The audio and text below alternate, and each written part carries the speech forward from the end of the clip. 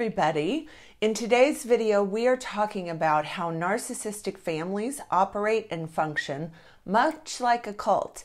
If you haven't ever made this comparison, then this video is for you because there are many parallels. First, let's define what a cult is. I found a couple of different definitions that I think are very telling.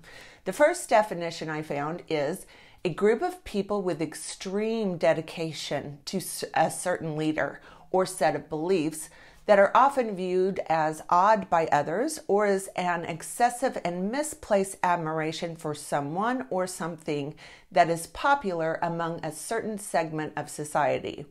Another definition of a cult that I found is a religion or religious sect generally considered to be extremist or false, with its followers often living in unconventional manner under the guidance of an authoritarian and charismatic leader.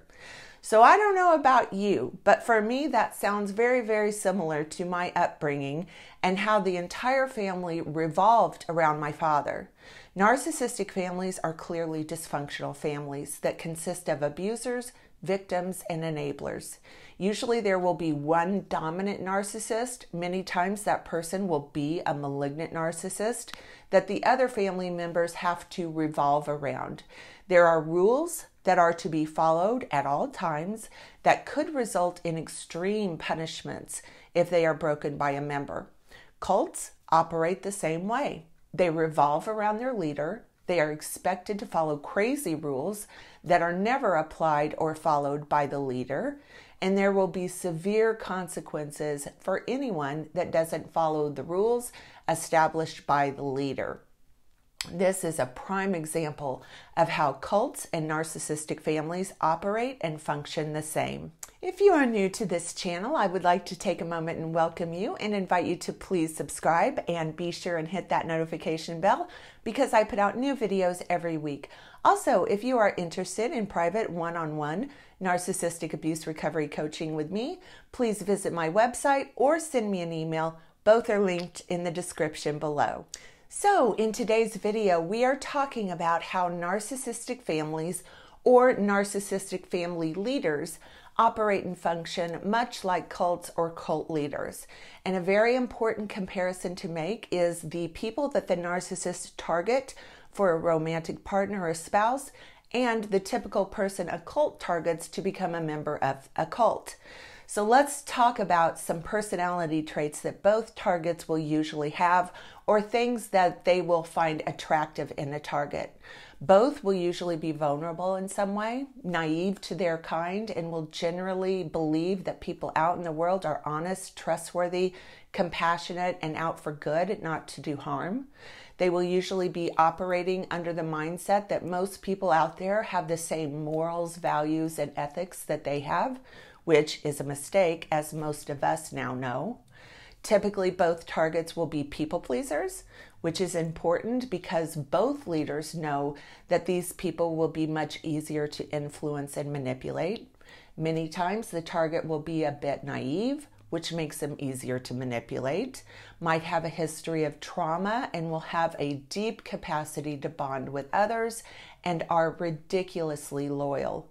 They usually will have soaring levels of empathy that is manipulated by the abuser to feel sorry for them. So after they identify an attractive target, what are the similarities with how they hook the target? Well, in both cases, there is a lot of love bombing going on. They both will flatter the target excessively. They will work very hard to make the target feel special, respected, and even chosen. Many times the target in this situation will feel as though they have met their soulmate, or in the case of a target for a cult, as if they have met their tribe of people. They have finally found the place that they truly belong.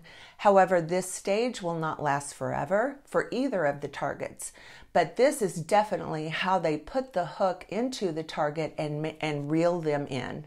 Another comparison that I think needs to be made is that the abuse strategies used by cults are many of the same strategies used by narcissistic family members or the narcissistic family leader. At the core of narcissistic abuse is psychological abuse, which, by the way, all cult leaders will usually be malignant narcissists. And because of this, the abuse tactics used by both will be very similar. So it will start with the calculated and premeditated move with the love bombing. After they get the victim to believe as though they love the narcissist, they will usually start trying to isolate the victim from their family members and loved ones.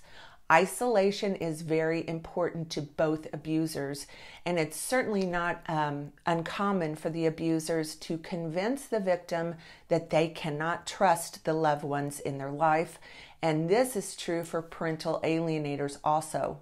They are conditioning and grooming a victim to become completely dependent on the narcissist and distrusting anyone else. Next, they will start cycling the victim between love bombing cycles and devaluing cycles. The devalue cycle might include cruel statements about the victim disguised as jokes. It might consist of the silent treatment or the withholding of love and affection, possibly even exposing the victim to full-blown narcissistic rages. This cycling will be extremely confusing to both victims because both narcissists will create a narrative where they blame the victim for this abrupt change in behavior.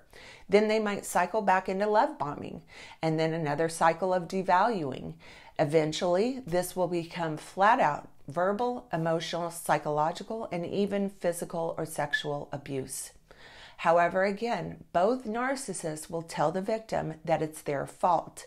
And because the victim genuinely believes they love the narcissist, and they usually have no earthly idea what gaslighting is, let alone how to detect it, the victim indeed will accept a deceptive narrative as truth and fall into the role of always walking on eggshells and trying to keep the narcissist happy, whether in a family or in a cult.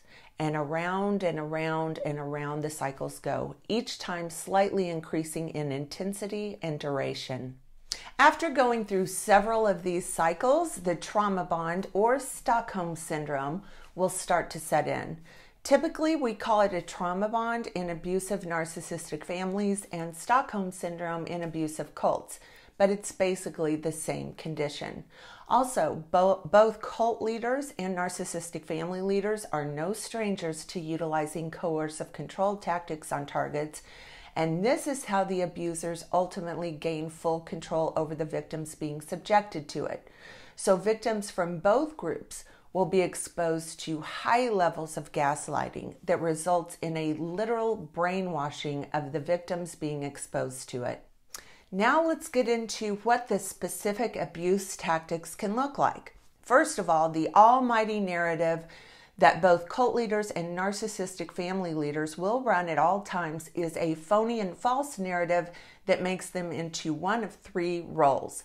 They will play the hero or the god, the victim or the martyr, or some combination of all three. And everyone must buy into this narrative and behave and act accordingly.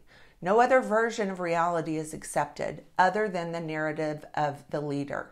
If a member was to speak up to try and clarify the truth or object to the truth, there is going to be a price to pay. Some form of punishment will be given to the person who spoke up. So that might come in the form of physical abuse, or it might come in the form of isolation. Other tactics they can use is bullying, humiliation, withholding of love and affection, or the silent treatment. So how do we help someone who is suffering from this form of abuse? First, it's important to understand they likely genuinely believe the narrative of their abuser. So understanding this, first of all, is critical. Because if we try and bombard the victim with an aggressive, reality-based narrative, we are likely going to lose contact with the victim. I think it's important that we come to them with a deep sense of empathy and understanding. That is how we build trust with the victim again. Next, we need to do things in a loving way that helps to activate the victim's critical thinking skills. And sometimes this process is painfully slow, and sometimes this doesn't help either. This is such a tricky and delicate situation The best advice I know to give those of you in this situation is that this is a marathon, not a sprint. The victim did not get this way overnight, and they will not come out of it overnight either. So you will have to be patient and have very thick skin. But the goal should be to trigger the victim's critical thinking skills so that the victim begins to internally question what has indeed happened.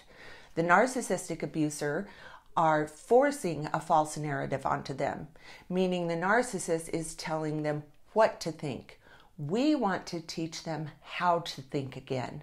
And we must come from an empathetic and compassionate place. But again, this will usually be a marathon, not a sprint. And it will usually take several realizations for the victim to come around. Not one event, but several over a period of time. Okay, that's going to do it for today's video. If you like this video, please give it a thumbs up and please subscribe to my channel. Also, follow me on Instagram. The link is in the description below. Thanks for watching, everyone.